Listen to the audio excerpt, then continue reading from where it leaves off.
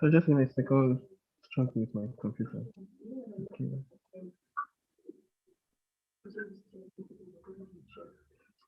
Here, can you see my screen? Yes. Okay.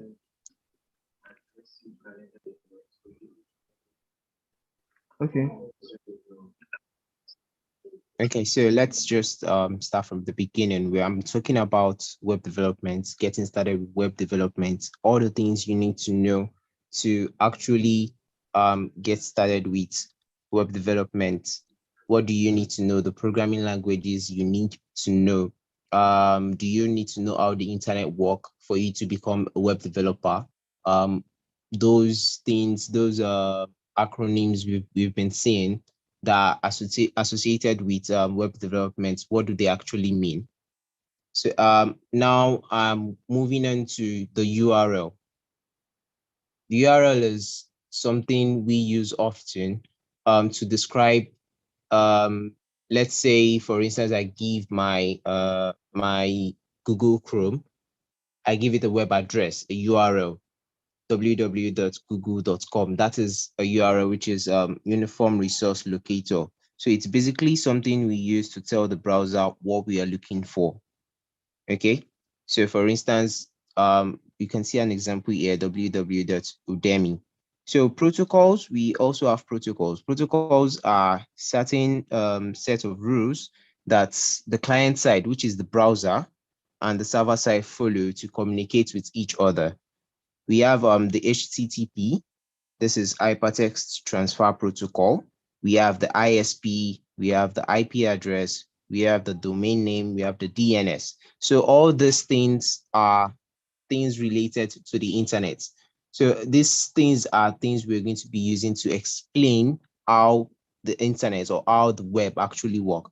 For instance, the internet service provider, which connects the server side and the client side. So for me to be able to go browse, I need to connect to the server. So once I type in www.google.com on my system and I have internet connection, it actually connects me to a server first, and then the server returns something back to me. That's what the internet service provider does.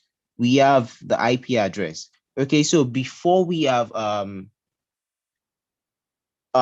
for instance, your system or your phone has its own IP address, which is unique to everyone, which you use on the internet to be able to be recognized.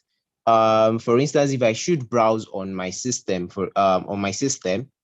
the system or the browser recognizes that this is the IP address that is currently using this browser. If another computer should use the internet, it knows the IP address of that computer. So IP addresses are unique to every computers or every phones out there. Then we have the domain name, which is the address of your website that you type in the URL. So the domain name are used instead of the IP address. Before the invention of domain names, there is something called they use IP addresses before. So maybe I want to search Google. I want to go to the Google website, for instance. Instead of me typing www.google.com on my system, what I will type before the invention of the domain name was something like 192.168. maybe 0.1 or something like that. That's an IP address. That's what I'm going to do first before it takes me to that specific place, before the invention of domain name. So the domain name actually made it easier for people to be able to recognize, for people to be able to actually go or get the address of a certain website. So not all the time I can remember the 192.168, but every time now I can remember the domain name, which is www.google.com or www.udemy.com or any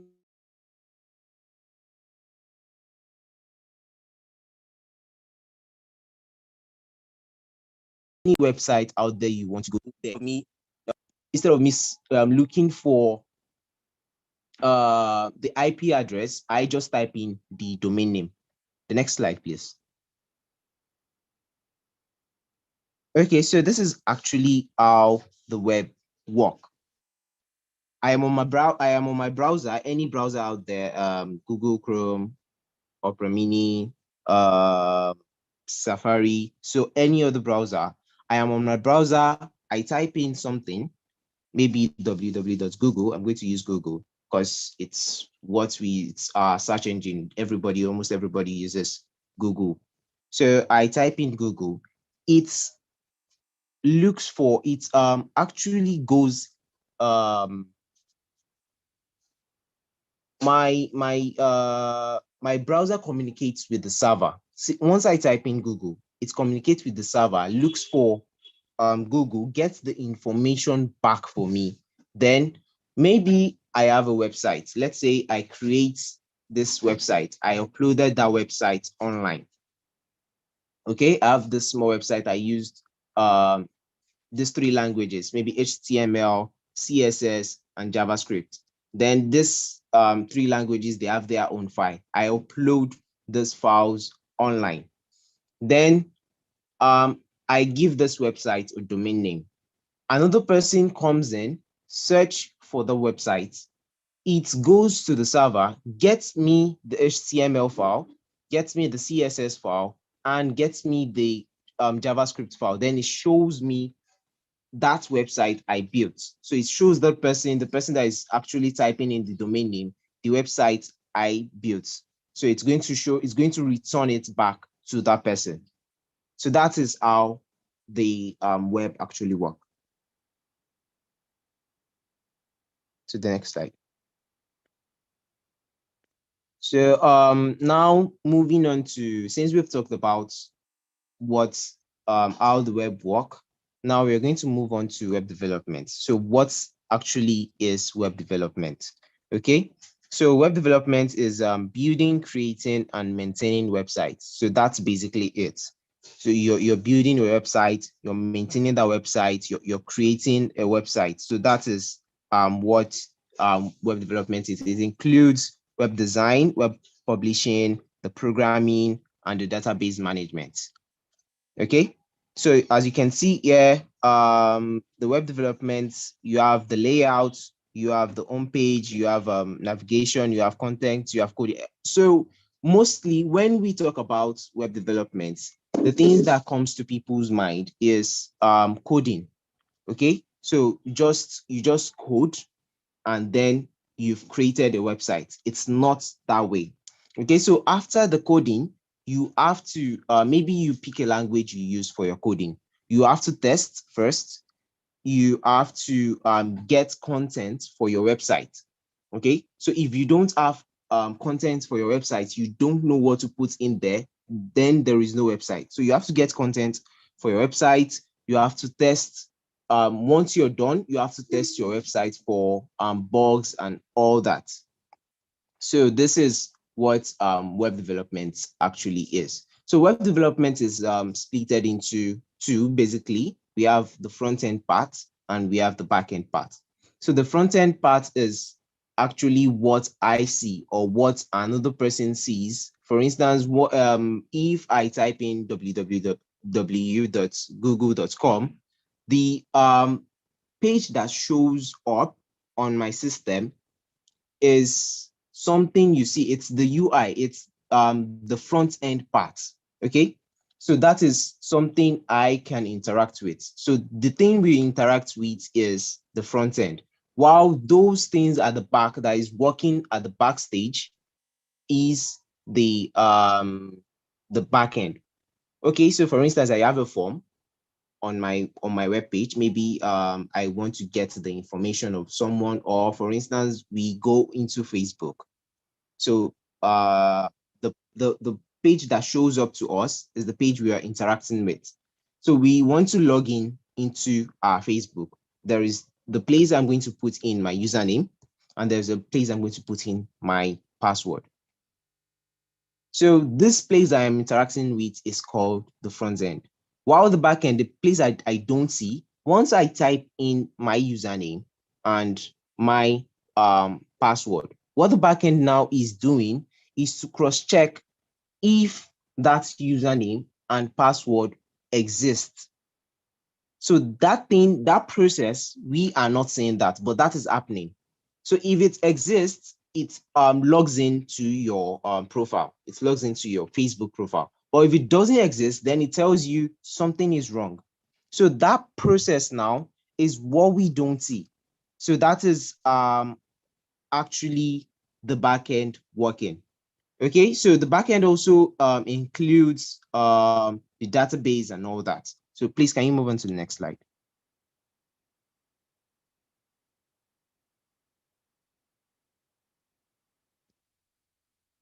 Okay, so now let's talk more about the front end.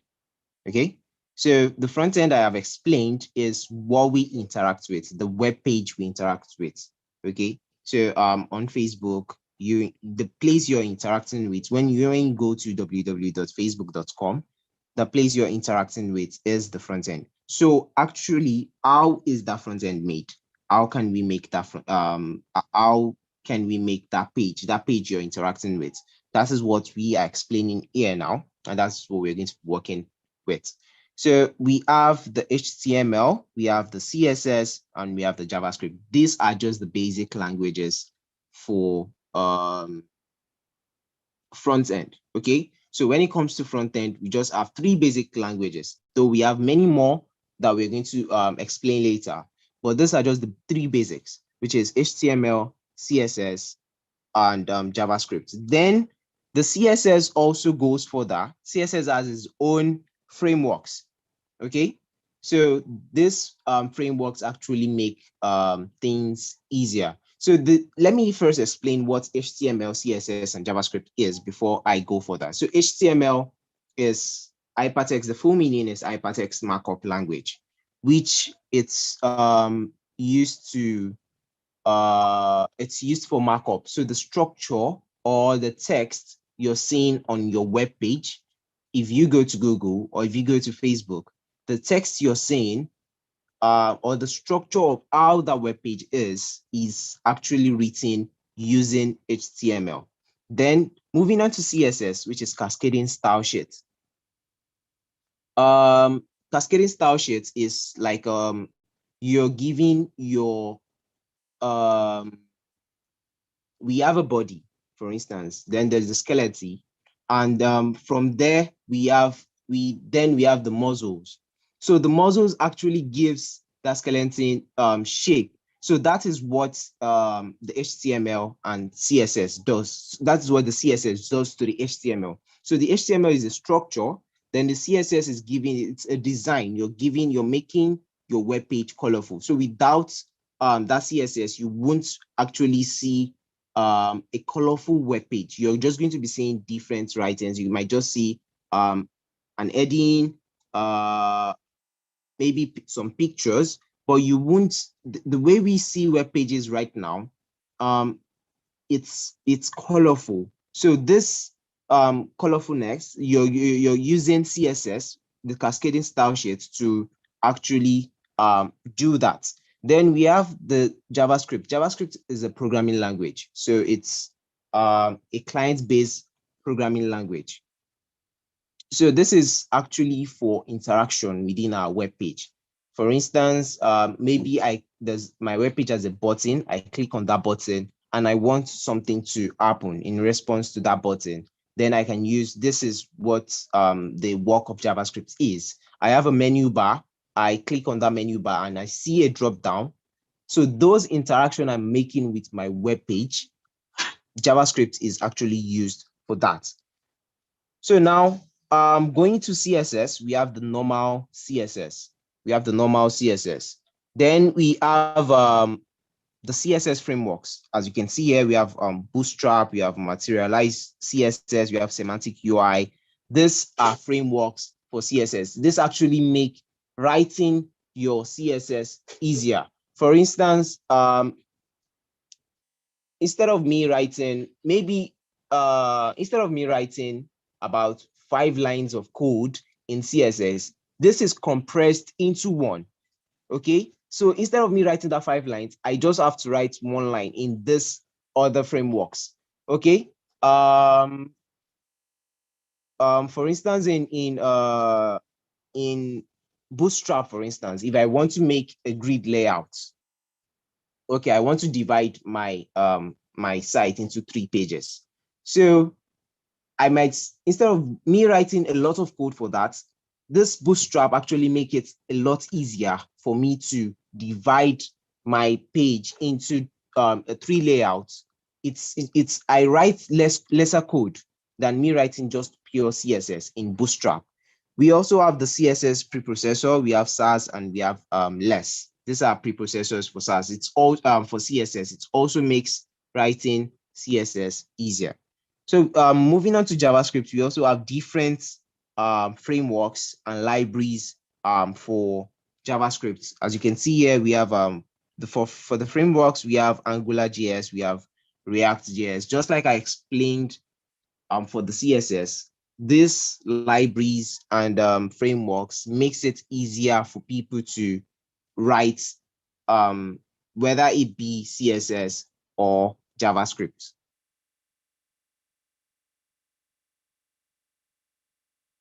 So on to the next slide.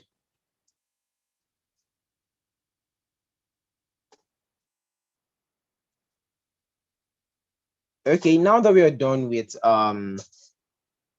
the front end, let's move to the back end. So just like I explained earlier about what the back end does, okay? So the back end is what you can see. The front end is what you're interacting with. The back end is what you can see.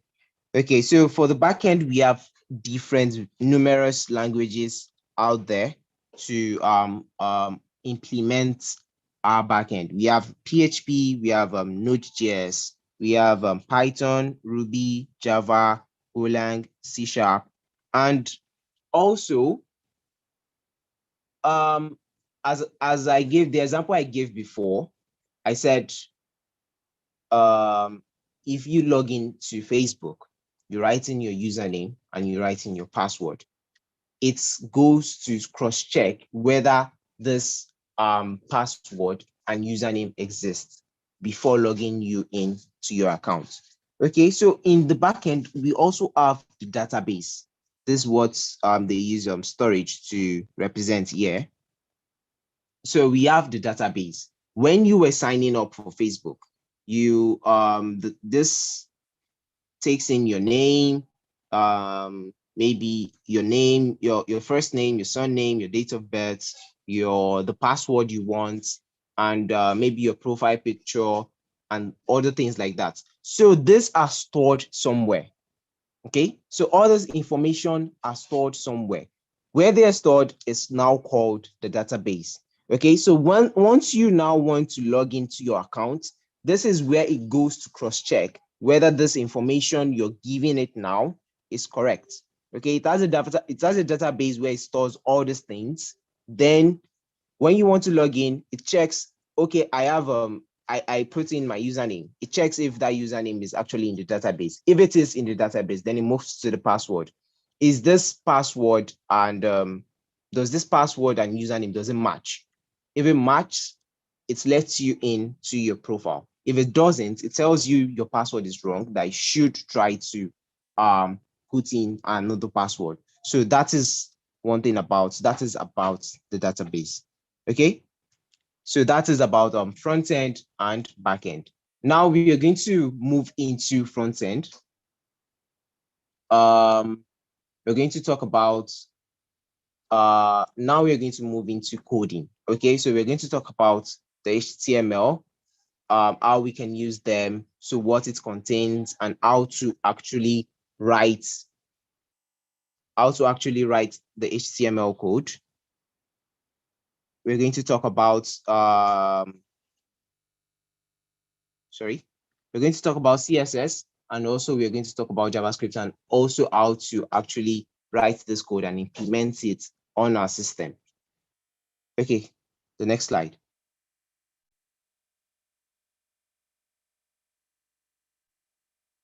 Okay, so before we move on to starting our coding session, I want to explain first the software we can use in web development. So what softwares can we use when dealing with web development? So first of all, we have Notepad. On every Windows laptop, there is Notepad, and I think on Apple systems or a MacBook, there is text edit. So this comes with your laptop automatically. Though it's not the best, but for you to get started, you can actually use this in writing your code. So it's not it's just a plain sheet. You once you learn how to write your code, you can write it in Notepad, or you can write it in text edit. This actually comes with your system. So then we now have what we call text editors, which are what we are going to actually use, what we are going to download in writing our codes. So we have text editors and we have IDEs, integrated development environment. Okay, so these are what we are going to download on our system. To this makes web development easier. So instead of me using the Notepad or the text edit on my system, I can download one of this, the Notepad++, the Sublime Text, the Visual Studio Code. We have brackets, we have Atom, and also we have your web browsers. Your web browsers are to display what you've written. So I write my code. Once I've written my code, I want somewhere to display that code. Okay, I've written my HTML code, then I want to display it somewhere. Where can I display that HTML code? It's in your browser. So maybe when we want to start our coding session, I'm going to show you what coding on Notepad feels like, and what coding on text editors and IDE feels like. So on text editors and IDEs, it's much easier. It's enjoyable when coding there, because you have different suggestions. It's really helps you when coding. So for instance, if I want to write, there is something called tags in HTML. So there's something called the paragraph tag, for instance. So to write the paragraph tag, I have to write angle bracket P, the opening angle bracket, the P, closing angle bracket. So in Notepad, I have to write all this in full. But if I go to my text editors or IDEs, I don't have to write this in full, because once I just write my angle bracket and I write P, it suggests something for me. It's give me a suggestion which I can click on to complete what I am about to write. This doesn't happen in Notepad. So if I want to actually work faster, I have to use this text editors and IDEs. So the text editors are Sublime Text, the Notepad++. Then we have IDEs. IDEs are even better. So these are integrated development environment. The IDE, the full meaning of IDE is integrated development environment, which is even better. So the Visual Studio Code is an example of IDE. We have PyCharm, which is not here. And we have other ones too out there, other IDEs. So you can just make some research on IDEs, and you're going to see different IDEs online. But the best one so far is the Visual Studio Code. Please give me a minute.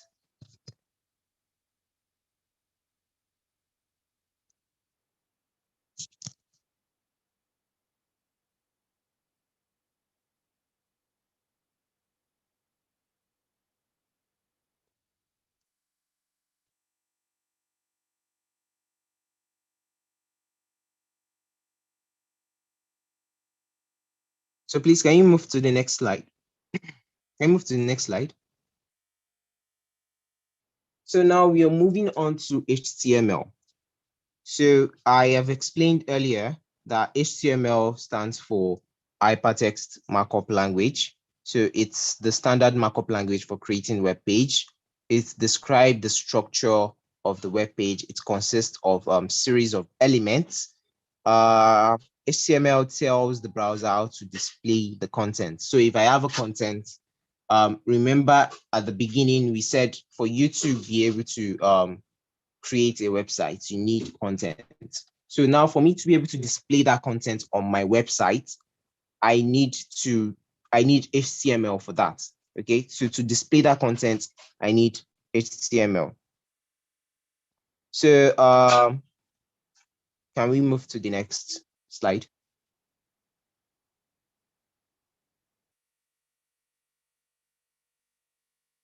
Okay.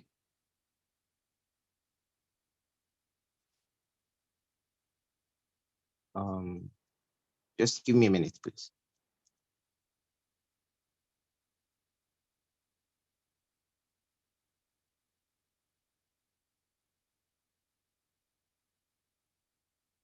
So here is just a basics of what the HTML actually looks like. Okay, so this is how this is what we're going to write for our HTML. Okay, so we have tags. So I explained earlier that HTML is written in tags. So we have different tags in here. So the first one is the doc type HTML. This is telling our browser that the document or the type of document I'm about to write is an HTML document. Okay, so this is also written in tags. So tags are divided into two. We have some, or let me say, HTML contain elements. So those elements are the ones that contain tags, okay, that are written in tags. Okay, so we have some elements that has closing tag, opening tag and closing tag, and while we have some elements that are self-closing. Okay, so the ones that have the opening tag and closing tag, you're going to see, for instance, the HTML. Okay, the slides are going to be shared with everyone, so no worries.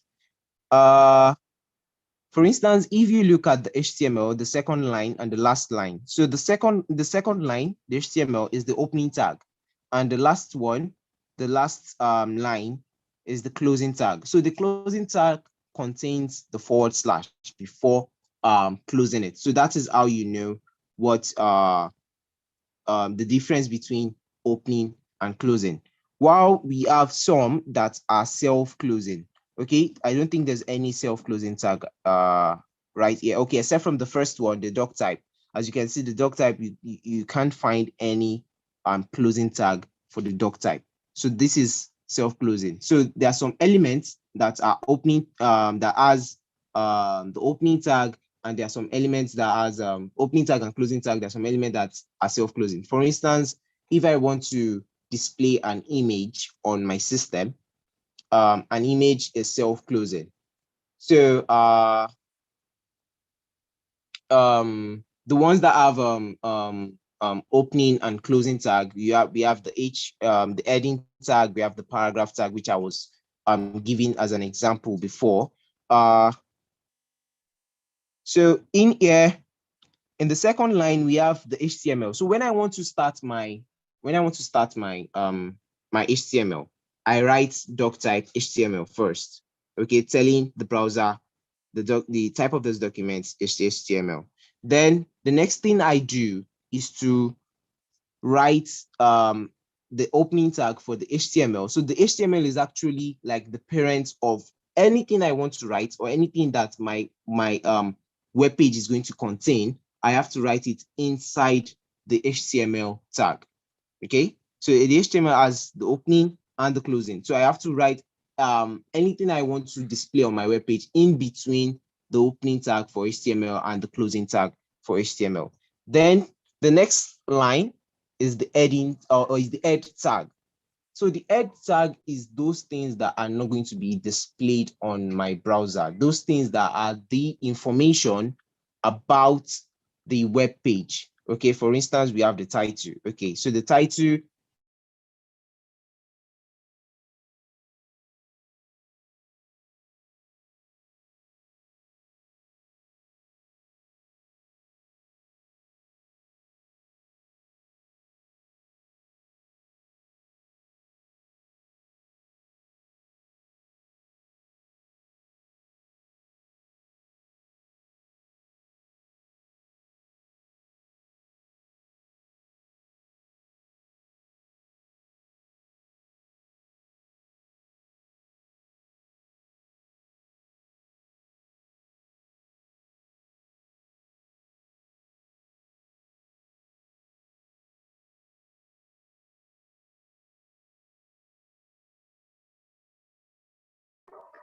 I sorry, we just lost Abdul Martin.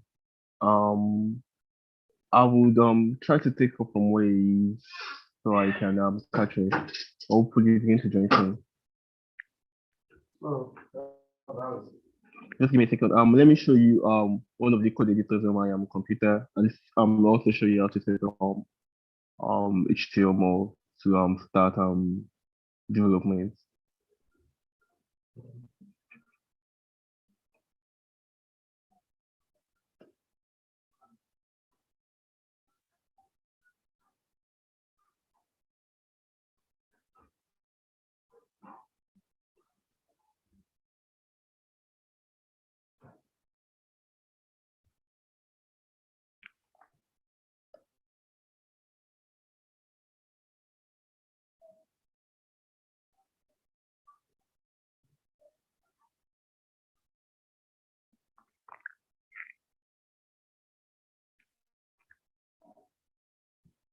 I don't know if anyone have any questions so far or anything or any doubts you want us to clarify before moving on.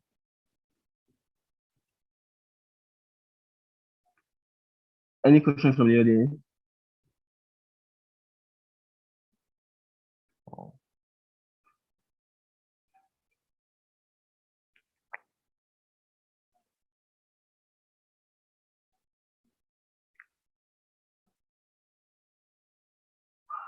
So one of the code editors I have on my computer is called the VS Code. This is what the sample interface looks like. So to actually create a new project, I would create a new file and end it with an extension of .html. So I've created a sample directory on my computer over here. Then I can create a new file. I'll click on this icon, yeah, and I can say index.html. So this HTML file has actually been created. I'm ready to define the user interface that the user is going to see. So what I will do next. So one amazing feature of code editors is called the auto completion. The auto completions allow you to actually specify um some prefix or suffix of the tags you want to write, and the web and the code editor would complete it for you. So for me to start writing HTML, I just have to type in HTML and scroll down to the one that has 5 and just click on it. The current version of HTML that we are writing, or that is the latest, is called the HTML5 version. The HTML5 version comes with a lot of more features compared to the previous versions. This HTML5 version it allows us to actually enable geolocation, enable some other web APIs via the browser, and also access file directories on your computer. So just to define a couple of simple tags or to explain what we currently have here. I know you have mentioned the doctype HTML. This actually specifies that the HTML code you're looking at or you are dealing with is of version 5 parts. Um we have this line so that says HTML lines equals in this line actually defines the language we are interacting with. So if you want to do um things like auto translation or auto completion, this would actually enable us. So aside if you're not an English speaker or you don't expect your website to actually be in English, you can actually convert the EN to say FR for French and some other languages. But I'll stick it to EN for now. The meta tags we have here in the head. So the HTML is actually divided into two components. I prefer to think of it as the head and the body. The head is actually the top of the document, while the body is actually what is rendered in your browser. So when I say the top of the document, um the top is where search engines and information of your site would actually be displayed. So the search engine usually doesn't look through the body of your information, the body of your HTML. They check in the edge first to display that information and display the searches from there.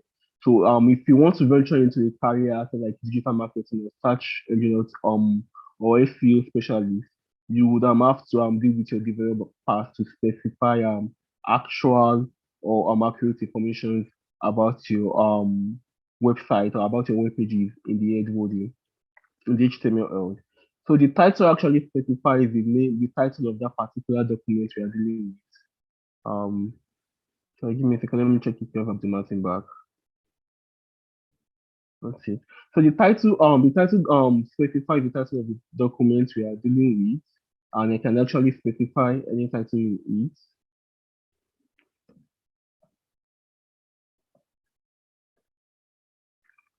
And the body specifies the UI components that will be rendered on the body of the browser. So in here, I can specify one of the popular tags we have in HTML is called the H1 tag. So I can specify the name, a particular text in between here, and get it rendered on my computer.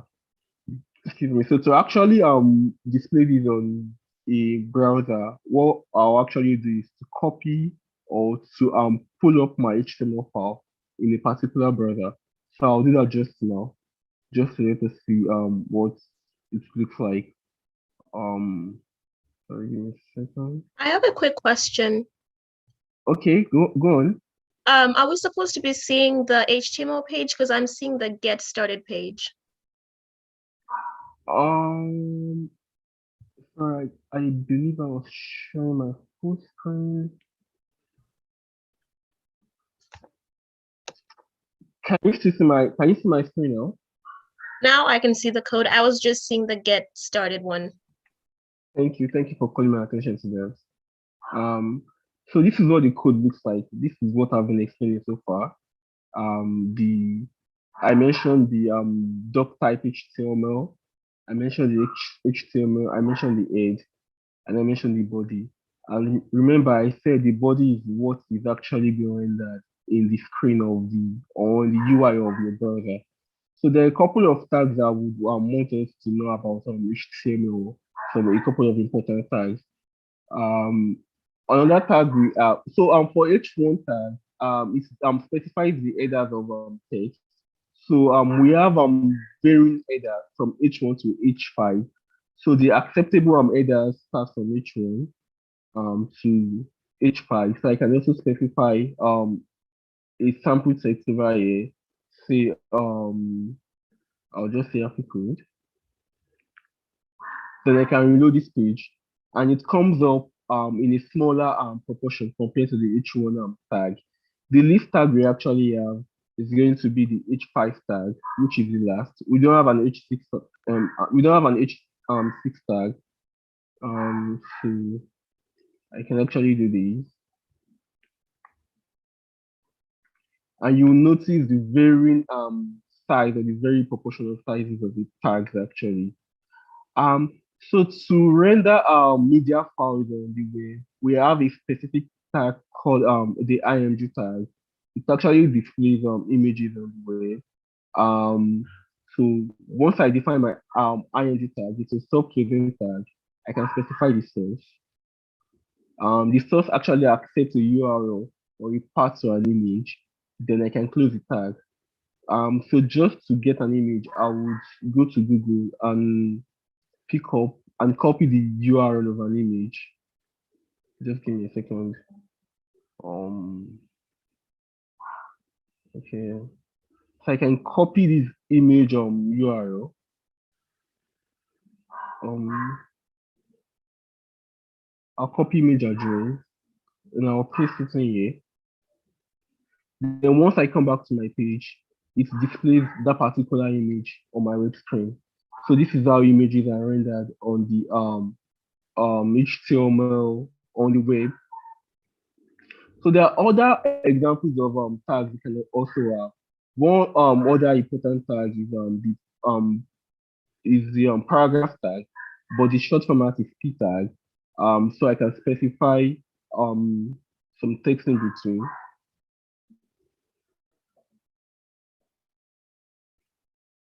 So the tag is actually a block level tag. What that means is that it actually occupies the full width of your screen.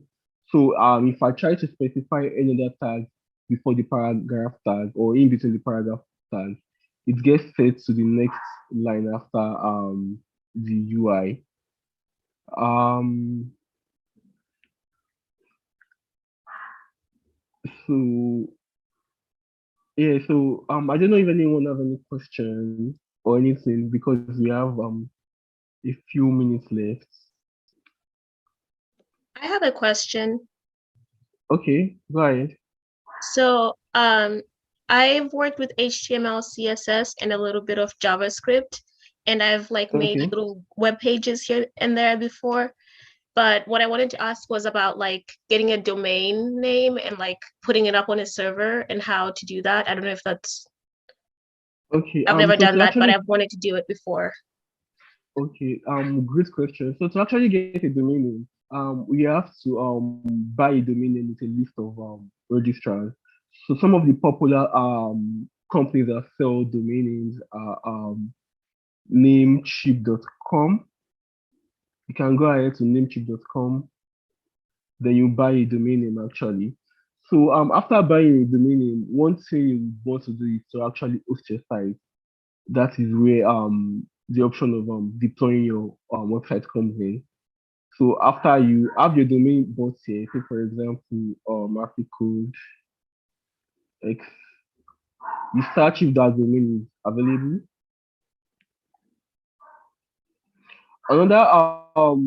Another provider is GoDaddy. There are a list of companies. I can just drop them in the WhatsApp chat so you can check your preferences. The only difference between them is probably the prices. So to actually deploy your website, what you want to do is to go with an hosting company. So since this particular domain is available, I'll just add it to cart and check out to see to make it mine and make payments for it. It costs $4.98 per year. To actually display web pages on the web, you might need a particular hosting company called Netlify. I'm explaining this right. Netlify. Yes. So Netlify actually helps you deploy web pages online. And the good thing about Netlify is you don't really have to buy a domain to use Netlify. All you have to do is to push your code, the current code you have to GitHub. So once that is on GitHub, you get to connect it with your Netlify account and it will be easily accessible over the internet. Have I been able to answer your question? Yeah, I've never, that's a lot of good information. I had never tried using Netlify. When I tried using Google Cloud Platform and I got stuck, so I stopped. The Google Cloud Platform is a bit high level. You might also want to consider GitHub pages. I know it's they offer free hosting too, and yes. So I don't know if you have other questions from the audience. It's past an hour already, or if Abdul Martin would you want to contribute more. Welcome back, Abdul.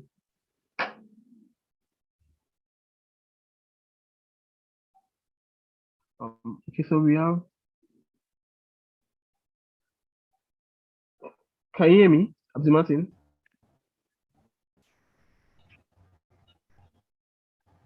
Hello, can you hear me? Yes, I can hear you Hello, now. can you hear me? Yes, I can hear you now. Okay, okay. I had some Um, technical issues there. I okay, it's all right. So I was about running up. I've taken it through displaying simple web pages over the internet, and I just wanted it to round up or chip in before we end the session.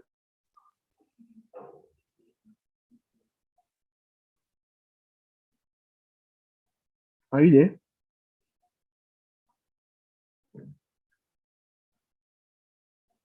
No, I'm not sure. I guess I lost him. Hello, sorry, what was the question again? So I said I've been able to take the same through a bit of coding session and also displaying web pages over the internet. So I needed you to chip in or just round up so we can end the session. It's past an hour Okay, already. okay. So I think I heard you talking about Netlify, which is a place you can use to deploy your website once you've written uh once you've written your code, you've written your HTML, you've written your CSS, you've written your JavaScript, or maybe just HTML and CSS, and you want somewhere you can deploy that code. You want it to be reachable to people online. You can use um you can use Netlify to do that. You can just deploy that code. Just go to Netlify, sign up, and deploy that code on Netlify, and you can you'll be able to check that online.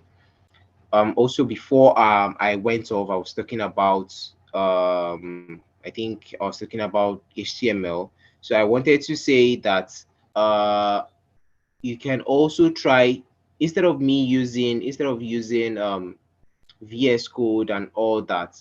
For beginners, you can just try using, once you've learned, you can try working with Notepad first to see if you're able to actually use what you've learned before moving on to other platforms like or other text editors or IDEs like the Visual Studio Code, which you can see on the screen right now. You can just try using Notepad plus plus and all Notepad, sorry, or text edit on the MacBook. And also, if you don't want to use all this software on your laptop, maybe you don't want to download it on your laptop, there are also online editors, for instance, like CodePen, um, Replit.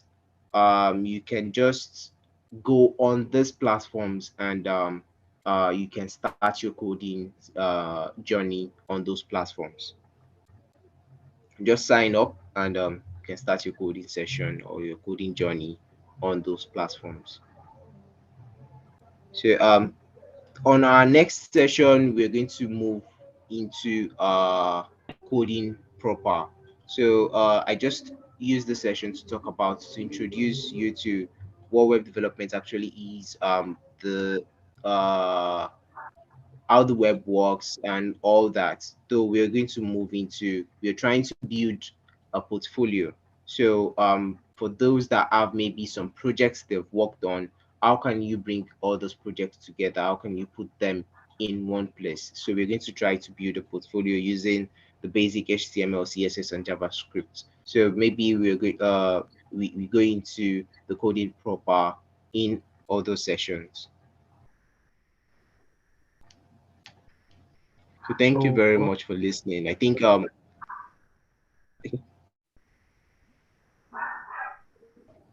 okay. Thank you so much, Abdul. Thank you for sharing your knowledge and insights with us. I don't know. It's past an hour already. I don't know if anyone else from the audience have any question before we round up the session, or if anyone wants to contribute or tell us something they learned.